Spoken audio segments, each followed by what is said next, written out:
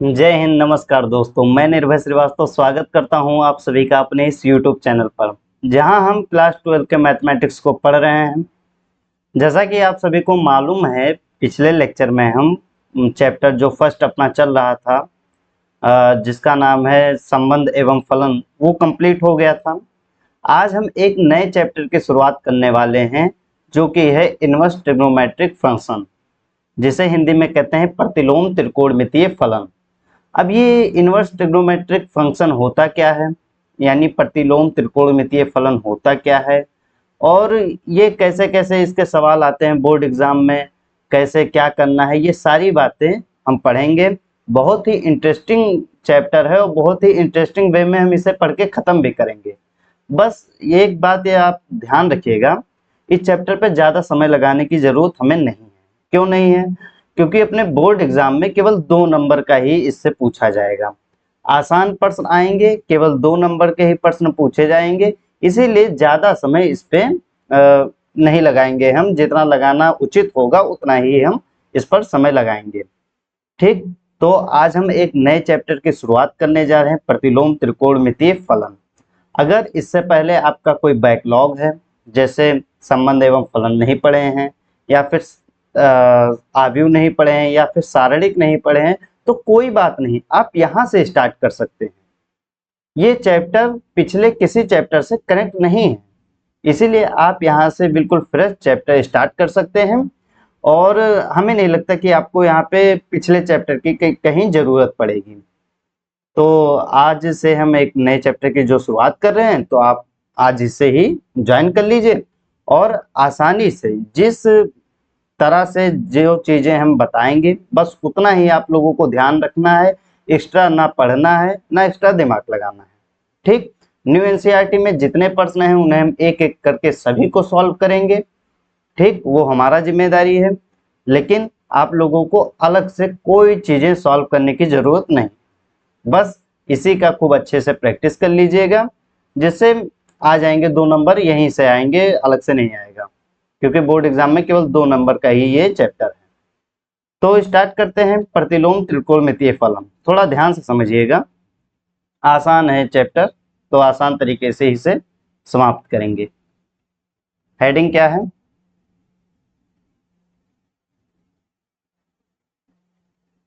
प्रतिलोम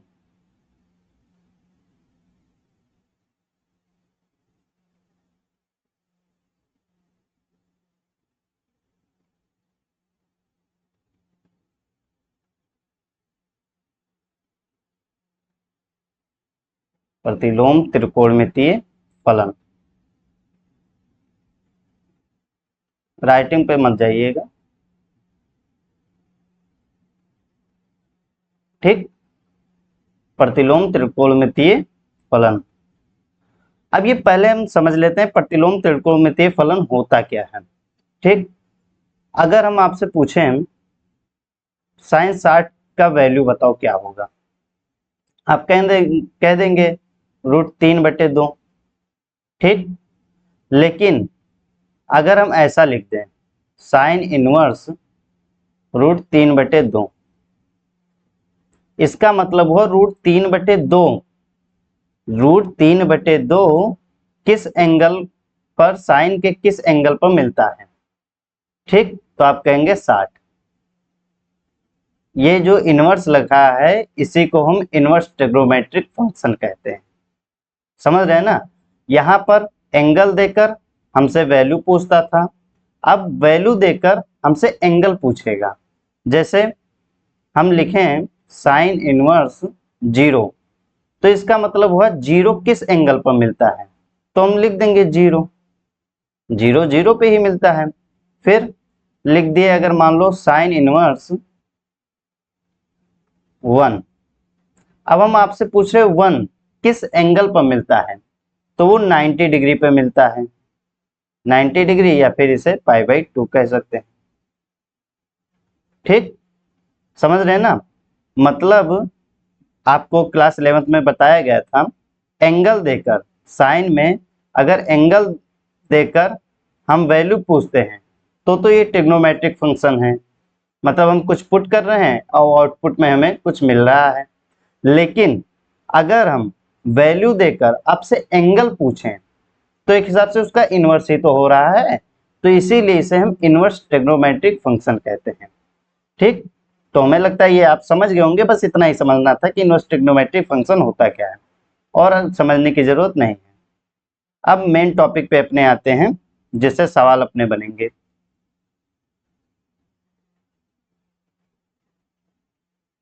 अच्छा, ये बताइए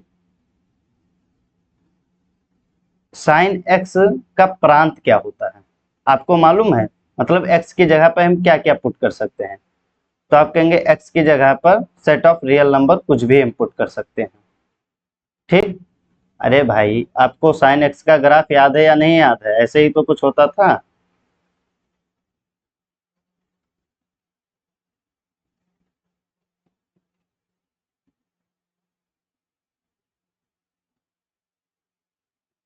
ठीक, ऐसे ही तो कुछ होता था। मतलब यहाँ पर हम क्या क्या पुट कर सकते हैं? तो आप कहेंगे कुछ भी पुट कर सकते हैं। एक्स अक्ष पर हम कुछ भी पुट करेंगे तो ये रियल नंबर, मतलब इसके प्रांत में हम कुछ भी पुट कर सकते हैं साइन एक्स के प्रांत में, और हमें वैल्यू कहाँ से कहाँ तक मिलेगा? तो वो -1 से 1 के बीच में ही सारी वैल्यू मिलेगा। देख, इसी के बीच में ये जिगजैग जैसा अपना ग्राफ चलेगा। कहने का मतलब हम x की जगह पर कुछ भी पुट करें, कुछ भी पुट करें, 0 पुट कर दें, 60 डिग्री पुट कर दें, 30 डिग्री पुट कर दें, 90 डिग्री पुट कर दें, कुछ भी पुट कर दें, तो हमें परिसर में हमेशा क्या मिलेगा?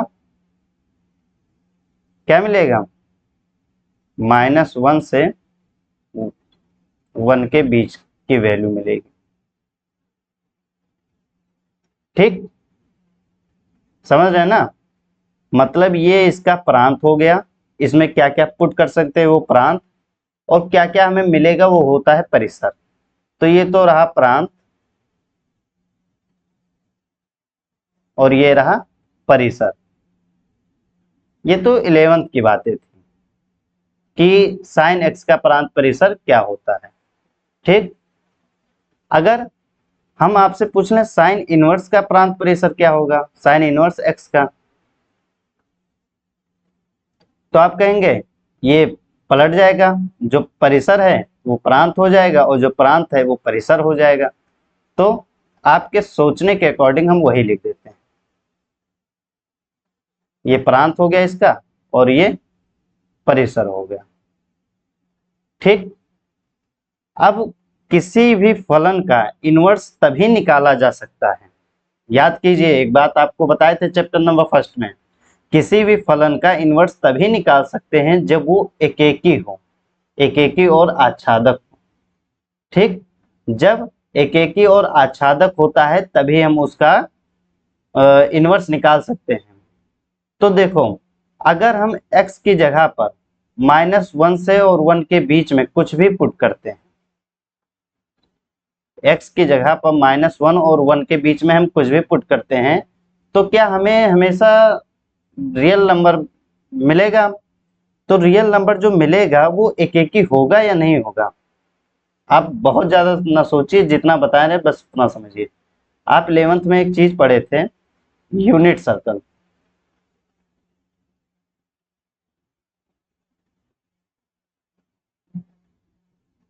ठीक, यहाँ पर था 0,1, 1,0, -1,0, और ये 0, यहाँ पर 0,1 होगा।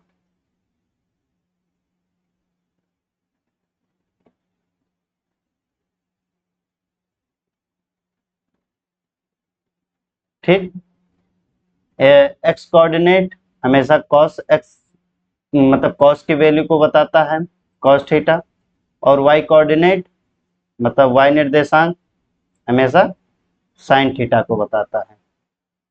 ठीक,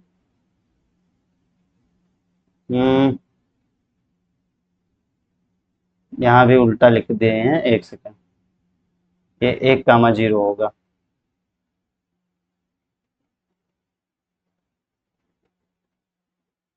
क्योंकि x कोऑर्डिनेट पर एक कदम चले हैं ना, 1,0। तो x कोऑर्डिनेट हमेशा क्या बताता है, cos थीटा, और y कोऑर्डिनेट हमेशा क्या बताता है, sin थीटा। ये क्लास 11th की बातें हैं। मतलब cos 0 पर 1 आएगा और sin 0 पर 0 आएगा।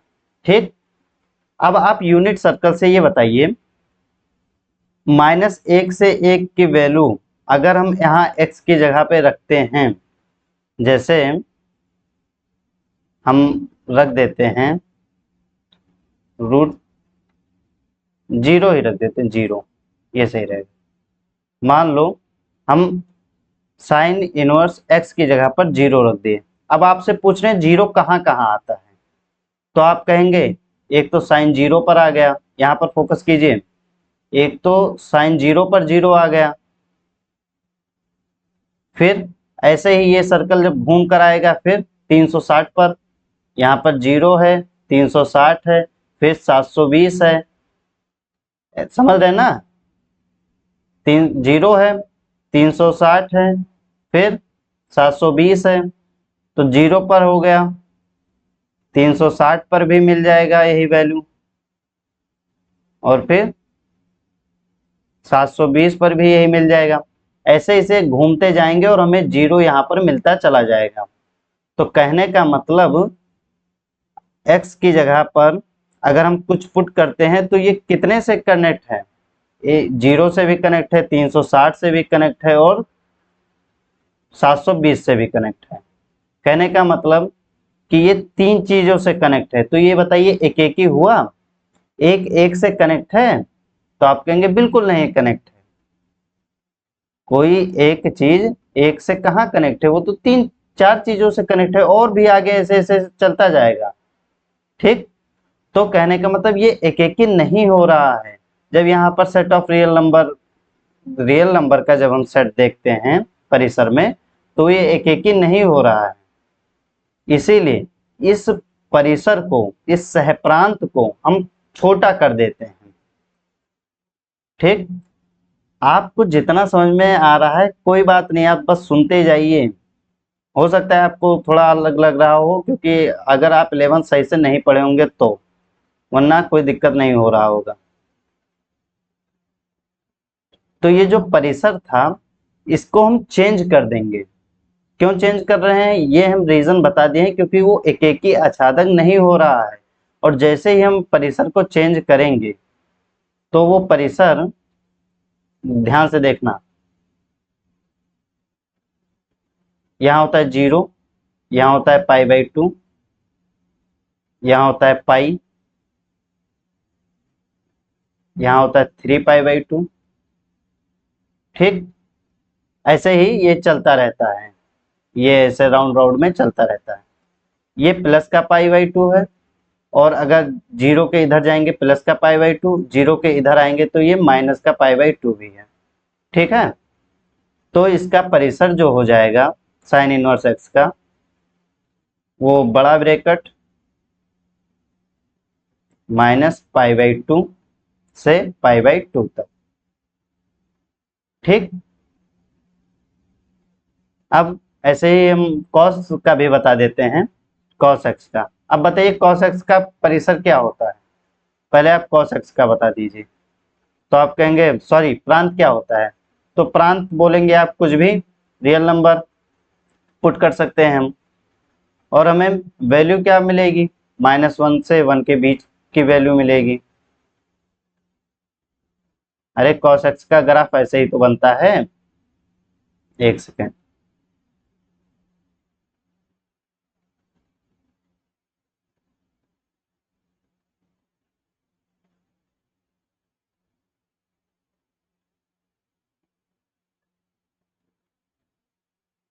ये cos x का ग्राफ कुछ ऐसा ही बनता है।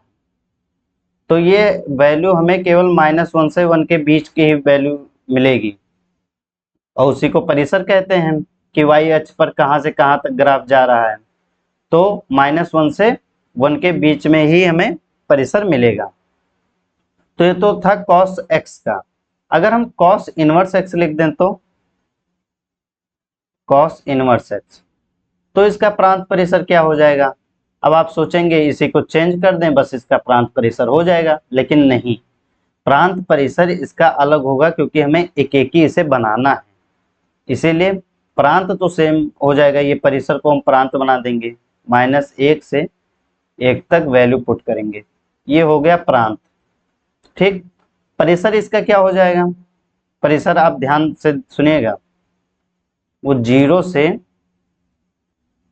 पाई तक होगा, मतलब यहां से और यहां तक, ये इसका परिसर। जबकि साइन इनवर्स एक्स का परिसर कहां से कहां तक? -π/2 से +π/2, यानी यहां से यहां तक इसका परिसर है। ठीक, अब आप सोचेंगे ये कैसे हो रहा है, तो केवल इतना समझ लीजिए कि इसे एक एक ही बनाने के लिए ही इसके प्रांत को हम परिसर नहीं बनाए। ठीक, इसे हम छोटा कर दिए हैं। तो आप कॉस इनवर्स और ये साइन इनवर्स एक्स का रीजन हम बता दिए हैं, ऐसे ही सबका रीजन है, sine inverse x, cos inverse x, tan inverse x, cosec inverse x, sec inverse x और कॉट इनवर्स एक्स। अब आपको केवल याद कर लेना है, बहुत ज्यादा इसके बारे में नहीं सोचना है, क्योंकि याद करने से ही अपना सवाल हो जाएगा। तो ग्राफ दिया होगा, अभी देखते हैं।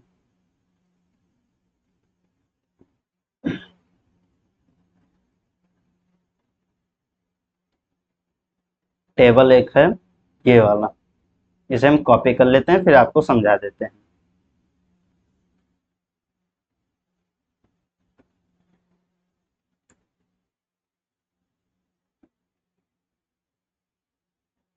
बहुत ज़्यादा घबराने की ज़रूरत नहीं है, ये आसान ही चैप्टर है। हाँ, कुछ चीज़ें आपको रट लेनी है डायरेक्ट, बहुत ज़्यादा सोचने की वाली बात नहीं है इसमें। ये आपके बुक में है ये ग्राफ। ठीक, अब इसमें ये प्रांत है, ये ये वाली लाइन प्रांत का है और ये वाली लाइन परिसर का है। ठीक, अब हम प्रांत और परिसर अपने हिसाब से लिखवा देते हैं, इसे आप ध्यान से देख लीजिए।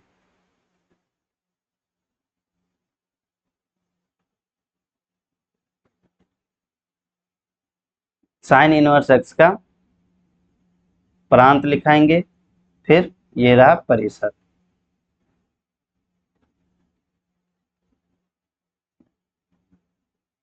और इसे कहते क्या है एक बार बता दें हम, एक सेकंड। ये जो यहाँ पर प्रांत और परिसर है, इसे हम कहेंगे इस वाले को, एक सेकंड,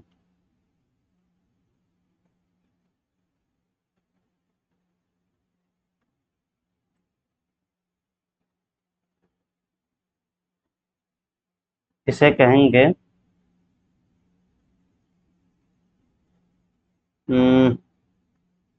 मुख्य मान, मुख्य मान शाखा का प्रांत, और इसे कहेंगे मुख्य मान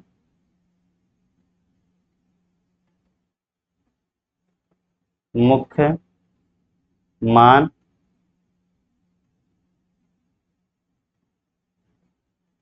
शाखा का परिसर। ठीक, ये चीज आप याद रखिएगा। और ये जो फलन है ये एकेकी और आच्छादक भी है,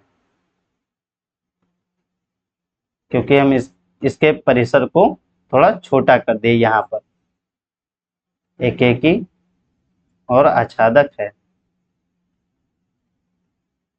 और याद रखिएगा किसी फलन का इनवर्स तभी निकाल सकते हैं जब वो एकेकी आच्छादक होता है। तो ये एकेकी आच्छादक है, इसीलिए हम साइन इनवर्स एक्स लिख लिए। ठीक, बस ये चीज बताना था। और अब इसे देखते हैं, साइन इनवर्स एक्स का फिर कॉस इनवर्स एक्स का प्रांत परिसर देखेंगे, और ये आपको डायरेक्ट याद कर लेना है। आप याद कर लेंगे वहीं से सवाल लग जाना है। बहुत कठिन सवाल इस चैप्टर से आप ना ही लगाइए और ना ही आने वाला है। फिर टेन इनवर्स एक्स का, फिर कॉसेक इनवर्स एक्स का, सेक इनवर्स एक्स का, और कॉट इनवर्स एक्स। सभी के प्रांत और परिसर को हम लिखा देते हैं।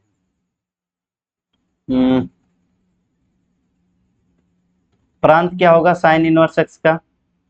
अब प्रांत आप जान लीजिए, -1 से लेकर 1 तक इसके प्रांत होंगे। परिसर क्या होगा? प्रांत का मतलब -1 से 1 तक वैल्यू x की जगह पर हम पुट कर सकते हैं, और हमें आउटपुट में मिलेगा क्या, उसे परिसर कहते हैं। तो आउटपुट में हमेशा -π/2 से π/2 के बीच का एंगल मिलेगा। थोड़ा स्पेस लेकर लिखते हैं।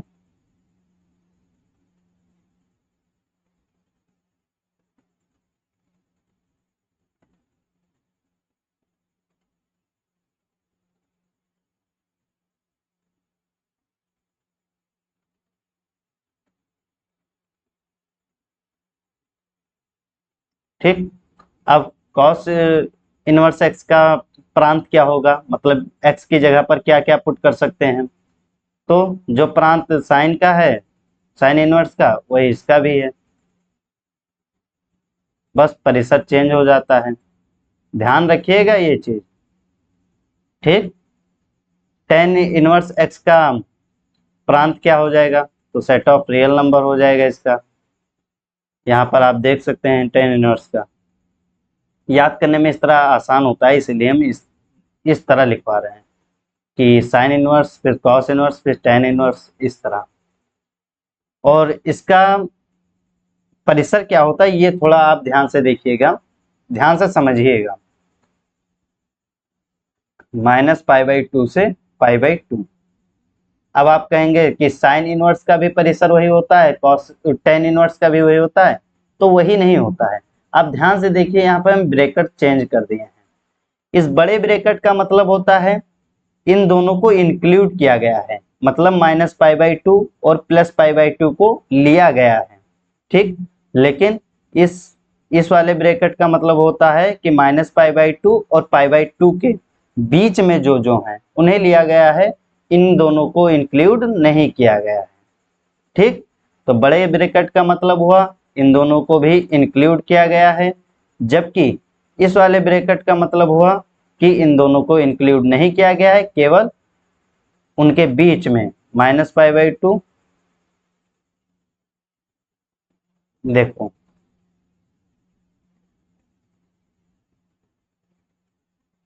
ये यहाँ पर होता है -π/2। एक सेकेंड, यूनिट सर्कल ही बना देते हैं।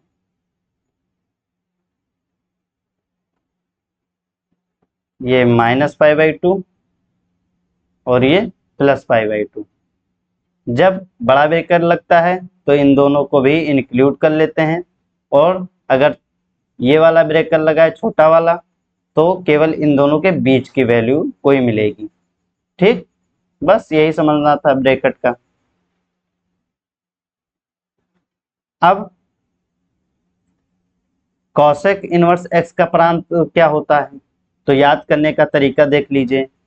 Set of real number, set of set of नहीं, मतलब सभी रियल नंबर, प्रांत में सभी x की जगह पे सभी वैल्यू हम डाल सकते हैं, बस क्या नहीं डालना है, ये जो साइन में है इन्हें हम नहीं x की जगह पर पुट करेंगे।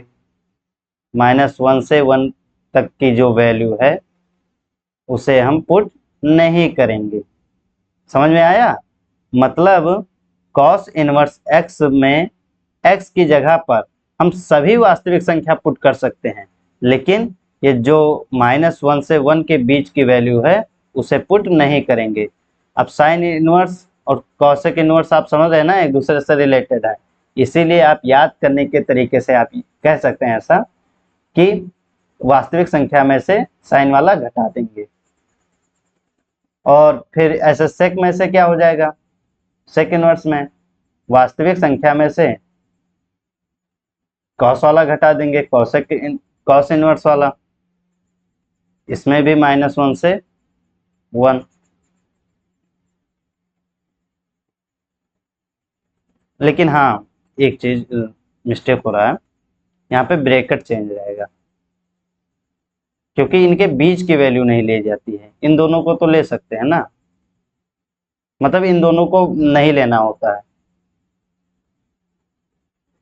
ध्यान से समझ लीजिए, हो सकता है आप कंफ्यूज हो रहे हो। सभी वास्तविक संख्या लेना है, ठीक, लेकिन -1 और 1 के बीच की संख्या नहीं लेनी है, जबकि -1 और 1 हम ले सकते हैं। आप समझ में आया? ये कॉसेक इनवर्स x में x की जगह पर सभी वास्तविक संख्या लेना है, बस -1 और 1 के बीच की संख्या को नहीं लेना है। वही सेक इनवर्स x में x की जगह पर सभी वास्तविक संख्या लेना है, लेकिन -1 और 1 के बीच की संख्या को नहीं लेना है। ठीक है। अब कॉट इनवर्स x में सभी वास्तविक संख्या हम ले सकते हैं। अब सभी का परिसर लिख लेते हैं। कॉसेक इनवर्स x का परिसर क्या होगा, यहाँ पर आप देख सकते हैं, ये साइन वाला ही होगा, बस उसके बीच वाली संख्या नहीं आएगी, बीच वाला एंगल नहीं आएगा।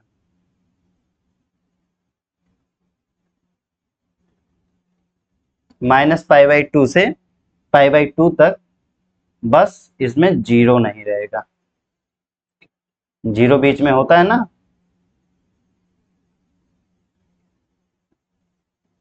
ये -π/2 और ये +π/2, बीच में ये जो 0 है ये नहीं होगा। ठीक, तो ये कॉसेक इनवर्स x का क्या हो गया, परिसर हो गया। सेक इनवर्स x का परिसर क्या हो जाएगा, बस 0 से पाई, मतलब कॉस से रिलेटेड है तो 0 से पाई होगा, बस उसके बीच वाली नहीं होगा। तो 0 से पाई, ये 0 है, ये पाई है, इसके बीच में क्या है, π/2, तो π/2 नहीं होगा। 0 से पाई -π/2। ठीक, और फिर इसका क्या हो जाएगा, कॉट का, तो कॉट का यही कॉस वाला ही हो जाता है, बस ब्रैकेट चेंज होता रहता है, 0 से पाई। ठीक, एक बार मैच कर लेते हैं कि सही है अपना। सही है, कोई दिक्कत नहीं। एक बार हम फिर से रिपीट करेंगे सारी बातें, जिससे आपको कोई दिक्कत ना हो। अब देखो, साइन इनवर्स x में x की जगह पर हम कहां से कहां तक वैल्यू पुट कर सकते हैं, तो वो -1 से लेकर 1 तक वैल्यू पुट कर सकते हैं। हमें मिलेगा क्या, आउटपुट में क्या मिलेगा, तो वो -π/2 से π/2 के एंगल के बीच में ही हमें मिलेगा कोई। हाँ, लेकिन π/2 -π/2 और π/2 भी इंक्लूड रहेगा, क्योंकि बड़ा ब्रैकेट लगा है। ठीक, कॉस इनवर्स x में हम x की जगह पर क्या क्या पुट कर सकते हैं, -1 से और 1 तक सभी वैल्यू हम पुट कर सकते हैं, -1 और 1 को भी पुट कर सकते हैं, क्योंकि ये इंक्लूडेड है, बड़े ब्रैकेट में इंक्लूडेड होता है। और हमें मिलेगा क्या आउटपुट में, 0 से पाई तक मिलेगा। फिर tan इनवर्स में सभी रियल नंबर पुट कर सकते हैं x की जगह पर, और हमें -π/2 से π/2 तक वैल्यू मिलेगा, लेकिन -π/2 और π/2 इंक्लूड इस बार नहीं है, क्योंकि छोटा ब्रैकेट लगा है। वहीं कॉसेक इनवर्स x में x की जगह पर सभी वास्तविक संख्याएं पुट करेंगे, बस -1 से और 1 तक जितनी भी संख्याएं हैं उन्हें हम पुट नहीं करेंगे। ठीक है, और इसका परिसर क्या होगा, हमें -π/2 से π/2 तक मिलेंगे एंगल, बस क्या नहीं मिलेगा, 0 नहीं मिलेगा। सेक इनवर्स में x की जगह पर क्या क्या पुट कर सकते हैं, सभी वास्तविक संख्या पुट कर सकते हैं, बस -1 से 1 तक वैल्यू नहीं पुट कर सकते। और इसमें परिसर क्या हो जाएगा, 0 से पाई माइनस पाई बाई 2। आप इसे अच्छे से रट लीजिएगा, आपको याद होना चाहिए प्रांत परिसर, बहुत इंपॉर्टेंट है, ये समझ लीजिए। कॉट इनवर्स में x की जगह पर सभी वास्तविक संख्या पुट कर सकते हैं, चाहे जो भी पुट करें यहाँ पर, और हमें एंगल में क्या क्या मिलेगा, 0 से पाई तक। यहाँ पर देखो tan इनवर्स और कॉट इनवर्स, tan और कॉट ये एक दूसरे से रिलेटेड होते हैं ना, तो tan इनवर्स और कॉट इनवर्स ये दोनों चोर हैं। आप कहेंगे चोर कैसे हैं, याद करने के लिए ये सब ट्रिक बता रहे हैं हम। चोर हैं, कैसे चोर हैं, ये जाता है चोरी करता है साइन से, देख लो ये साइन जैसा ही है ना इसका परिसर, बस ब्रैकेट चेंज हुआ, ठीक। और कॉट किसका चोरी करता है, कॉस का चोरी करता है। कॉस का ही इसलिए चोरी करता है क्योंकि इसका भी सी से स्टार्ट होता है और इसका भी सी से स्टार्ट होता है, तो ये कॉट गया कॉस इनवर्स से चोरी किया, तो इसका और इसका परिसर आप देख लीजिए कि सेम है, बस ब्रैकेट चेंज है, ठीक है। तो मुझे लगता है अब आपको क्लियर हो गया होगा कि प्रांत और परिसर कैसे कैसे हैं। यहाँ पर आप ये लाइन लगा दीजिए, ये प्रांत और परिसर का।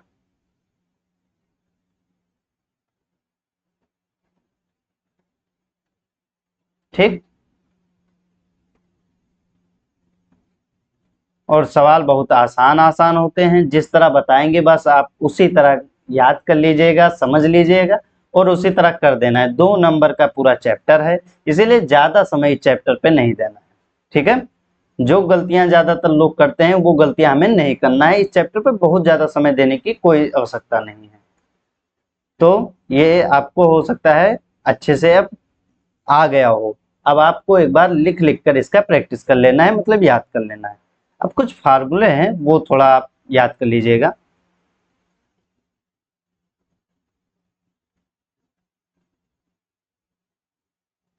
तो फार्मूलाज हैं, बिल्कुल थोड़े से हैं, बस समझने वाले हैं, उन्हें आप ध्यान में रखिए।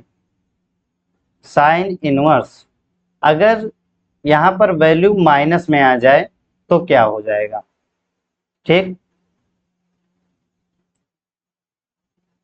तो जब भी यहाँ पर माइनस आ जाए, ठीक, साइन इनवर्स और माइनस में कोई वैल्यू रखा जाए तो वो माइनस बाहर फेंक देता है सॉरी, साइन इनवर्स और ये x क्या हो जाएगा, पॉजिटिव हो जाएगा, बस यही समझना था इसका साइन के लिए।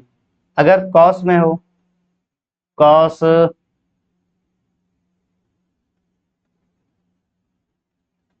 कॉस का भी ना देखिए, कॉसेक का देखिए अब।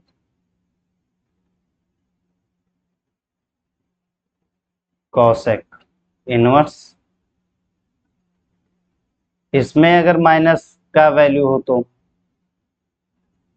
फिर अगर टेन में माइनस का वैल्यू हो तो क्या होगा,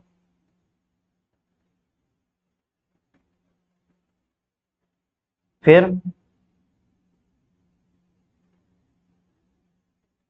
कॉस में अगर माइनस का वैल्यू है, सेक में अगर माइनस का वैल्यू है, और कॉट में अगर माइनस का वैल्यू है तो क्या होगा। फार्मूला जरूर याद रखिएगा ये वाला। तो जब भी कॉसेक, अब साइन और कॉसेक एक दूसरे से रिलेटेड होते हैं ना, तो अरे भाई कैसे रिलेटेड होते हैं, ये तो कंफ्यूज नहीं हो रहे हो। साइन एक्स 1/cosec x होता है ना, इसीलिए बोल रहे हैं रिलेटेड होते हैं। तो एक सेकेंड, कॉसेक में अगर कुछ वैल्यू है वो माइनस में है तो इसका भी माइनस बाहर आ जाएगा, कॉसेक इनवर्स एक्स, ठीक।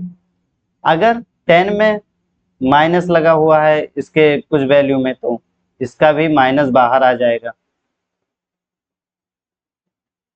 और ये x पॉजिटिव हो जाएगा। अगर कॉस इनवर्स में अगर ये माइनस का है x तो क्या होगा, तो भी ये माइनस बाहर आ जाएगा। ठीक, माइनस बाहर आ गया, लेकिन पाई को लेकर आएगा, पाई को जोड़ कर लाएगा। ठीक, समझ रहे ना, ये पाई आगे लगा रहेगा। वैसे ही अगर सेक इनवर्स में माइनस का एक्स लगा है तो इसके लिए भी माइनस बाहर आ जाएगा,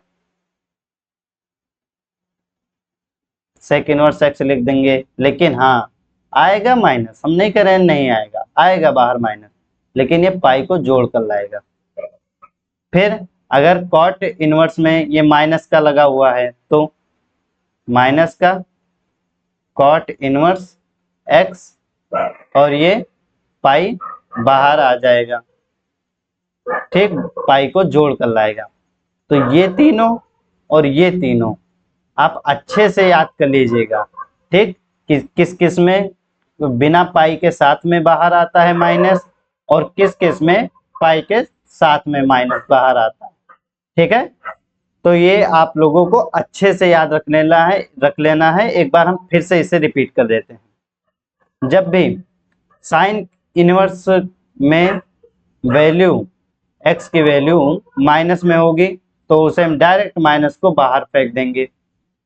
कॉसेक में होगा तो भी माइनस को बाहर फेंक देंगे। टेन में ऐसे होगा तो भी माइनस को बाहर फेंक देंगे। लेकिन अगर कॉस में माइनस एक्स है तो माइनस बाहर आएगा, लेकिन पाई को जोड़ कर आएगा। सेक इनवर्स में माइनस बाहर आएगा, लेकिन पाई को जोड़ कर आएगा। और कॉट इनवर्स में माइनस बाहर आएगा, लेकिन पाई को जोड़ कर आएगा। तो ये समझ गए ना। अब इसके जो उदाहरण हैं उन्हें भी आज हम कंप्लीट कर लेते हैं।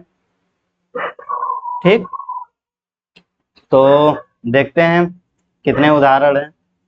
दो ही उदाहरण हैं, आसान आसान है। कॉपी कर लेते हैं उदाहरण नंबर फर्स्ट। जैसे करवाएंगे बस उसी तरह आप कर लीजिएगा, 2 नंबर आपका कहीं नहीं जाने वाला बोर्ड एग्जाम में। बोला गया है कि साइन इनवर्स 1/√2 का मुख्य मान ज्ञात कीजिए।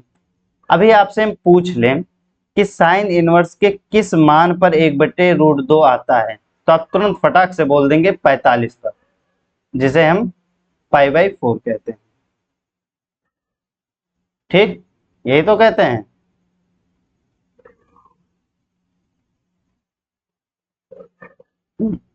ठीक, π/4 जिसे कहते हैं।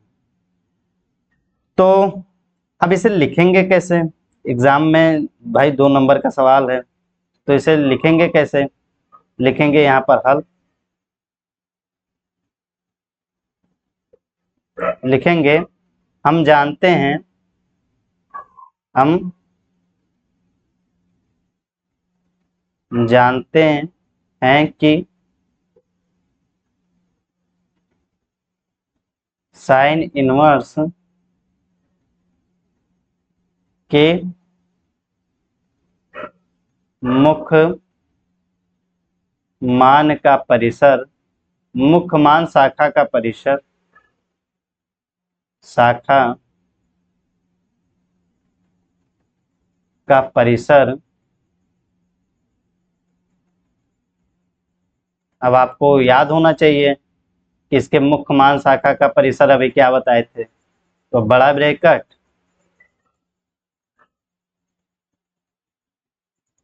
-π/2 से π/2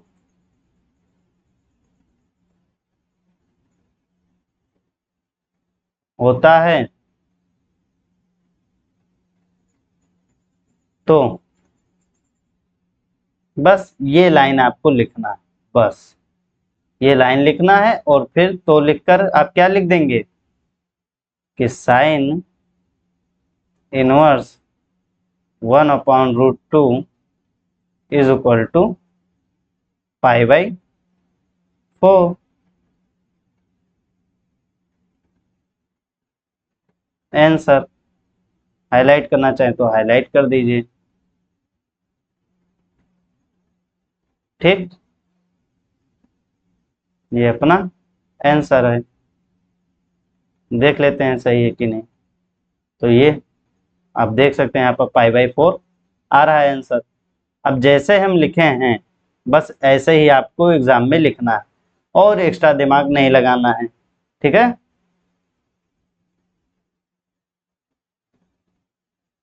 सही है। अब उदाहरण 2 को कॉपी कर लेते हैं।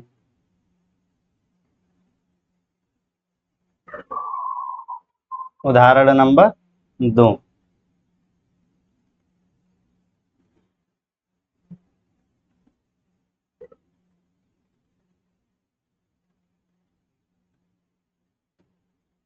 इसे कैसे करेंगे, तो लिखेंगे हल। अब देखो, इस बार हम जब भी बोले थे कि कॉट में जब भी माइनस का आए तो क्या करते हैं हम, इसे प्लस बनाने के लिए क्या करते हैं, ये माइनस बाहर आ जाएगा, माइनस कॉट इनवर्स 1/√3। ये माइनस बाहर आ जाएगा लेकिन पाई को लेकर आएगा। ये भी बताए थे, कॉट के लिए बोले थे, दिखा भी देते हैं आपको। ये देखिए यहाँ पर कॉट के लिए क्या बोले थे कि जब भी कॉट में ये माइनस का होगा तो ये माइनस बाहर आ जाएगा लेकिन पाई को लेकर आएगा। ठीक है, तो ये पाई को लेकर आएगा। अब पाई माइनस, अब आपसे हम पूछ रहे हैं कि कॉट के किस मान पर 1/√3 आता है, तो बताइए किस मान पर आता है, सोचिए, बताइए बताइए। 60 पर। tan 60 का मान क्या होता है, √3, और 1/√3 हो जाएगा कॉट का, तो ये π/3। ठीक, यही तो हो जाएगा। तो इसे सॉल्व कर लेते हैं। तो 3 पाई माइनस पाई अपॉन में 3, तो ये हो जाएगा 2 पाई अपॉन में 3। ठीक है,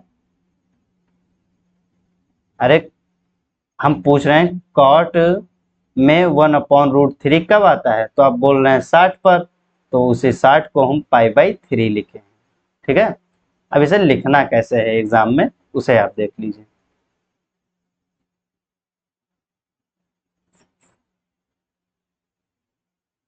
हम लिखेंगे, हम जानते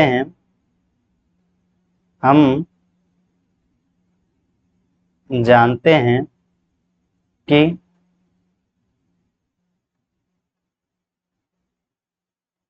कॉट इनवर्स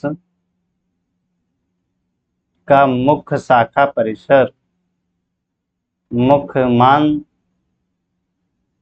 शाखा परिसर, शाखा परिसर कॉट का क्या होता है, याद कीजिए, बताए थे tan और कॉट चोर है, तो ये 0 से पाई, लेकिन ब्रैकेट चेंज हो जाता है, होता है।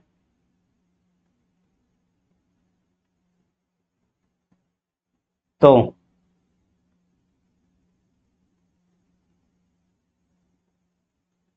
जब ये होता है 0 से पाई, ये लाइन हमें हर जगह लिखना होता है। मुख्य मान शाखा परिसर जो होता है उसे हम बताकर फिर जो करना होता है वो करते हैं।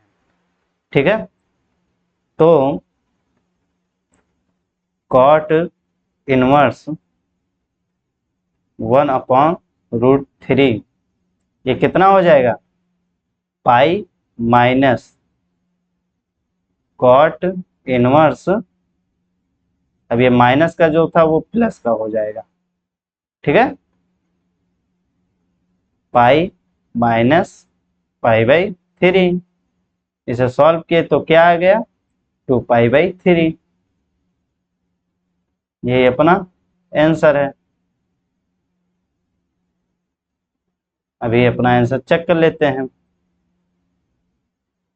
आ रहा है 2 पाई/3। ठीक, तो ये अपने उदाहरण 1 भी हो गया और उदाहरण 2 भी हो गया। आसान थे उदाहरण और ऐसे ही आते हैं, आप बिल्कुल बेफिक्र रहिए, बहुत कठिन आने वाला नहीं है।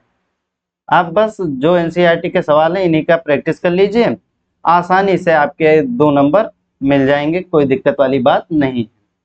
ठीक है, तो अगर कोई भी दिक्कत हो तो आप कमेंट कर दीजिए, कहीं भी डाउट हो तो आप फिर से वीडियो को थोड़ा सा पीछे करके फिर से देख लीजिए, डाउट आपका क्लियर हो जाएगा। फिलहाल आप प्रैक्टिस करेंगे, आप जब सॉल्व करते जाएंगे क्वेश्चन को तो आपकी हैबिट हो जाएगी, डाउट आउट नहीं रहेगा। हो सकता है पहला लेक्चर था थोड़ा बहुत डाउट हो, तो आपका होमवर्क क्या रहेगा वो पहले देख लीजिए। जो आज हम पढ़ाए हैं उसमें प्रांत परिसर आपको अच्छे से याद होना चाहिए, फार्मूले जो बताए हैं वो याद होना चाहिए।